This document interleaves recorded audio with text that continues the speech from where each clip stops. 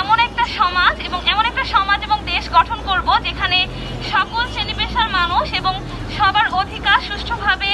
আদায় হবে এবং সবার অধিকার নিশ্চিত হবে, এবং নারীদের জন্য এমন একটা সমাজ এবং এমন একটা দেশ গঠন হবে যেখানে নারীরা নিরাপদ থাকবে।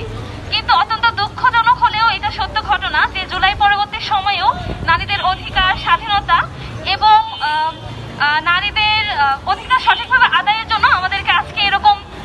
মানববন্ধনের জন্য দাঁড়াতে হচ্ছে। এটা আসলে খুবই লজ্জাজনক একটা ঘটনা। তো আজকে মূলত আমরা যে ঘটনাগুলো এখানে ফোকাস করতে চাই সেই ঘটনাগুলো হচ্ছে, যেটা আগেই বলা হলো যে সম্প্রতি গাজীপুরে যে কালিয়াকৈরে ঘটে যাওয়া যে ধর্ষণ কাণ্ড, যেখানে আসলে একটা 13 বছর বয়সী মাদ্রাসা ছাত্রীকে 3 দিন যাবৎ অপহরণ করে ধর্ষণের যে ঘটনা, এটার সুষ্ঠু বিচার এখনো পর্যন্ত হলো না। এছাড়াও আমরা দেখছি যে এই ধর্ষণের ঘটনা শুধুমাত্র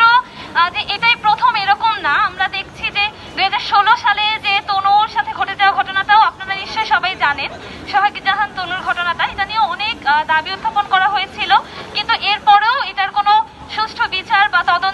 তদন্ত করা এবং সুষ্ঠু বিচার এখনো পর্যন্ত হয়নি। এখন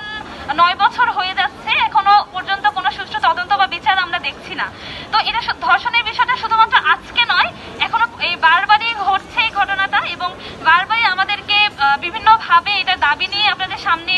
উপস্থিত হতে হচ্ছে, এবং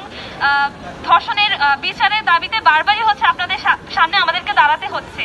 তো আমরা যদি একটু দেখি যে ধর্ষণের ঘটনাটা, আমরা একটু নারীর বিষয়টা যদি দেখি, যে আমরা জানি যে বিশ্ব নারী দিবসে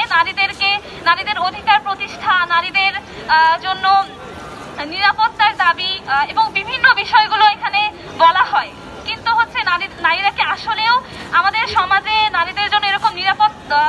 একটা সমাজ বা দেশ গঠন করতে পেরেছে কিনা, বা নারী দিবসের যে আহ্বান এটা কি শুধুমাত্র নারী দিবসেই সীমাবদ্ধ কিনা, এটা হচ্ছে আপনাদের কাছে একটা প্রশ্ন, যে নারী দিবসের বা নারীদেরকে নিয়ে যে বিভিন্ন অধিকারের কথা বলা হয় এটা কি শুধুমাত্র নারী দিবসেই সীমাবদ্ধ? সবগুলো সুষ্ঠু তদন্ত করা হোক এবং আপনারা সবাই হচ্ছে এটার বিরুদ্ধে, ধর্ষণের বিপক্ষে দাঁড়াবেন, এটা হচ্ছে আমরা আপনাদের কাছে আহ্বান করছি, এবং প্রশাসনও যেন এই বিষয়টা খুব গুরুত্বের সহকারে দেখে, এই বিষয়টা আমরা প্রশাসনের কাছে দাবি জানাচ্ছি।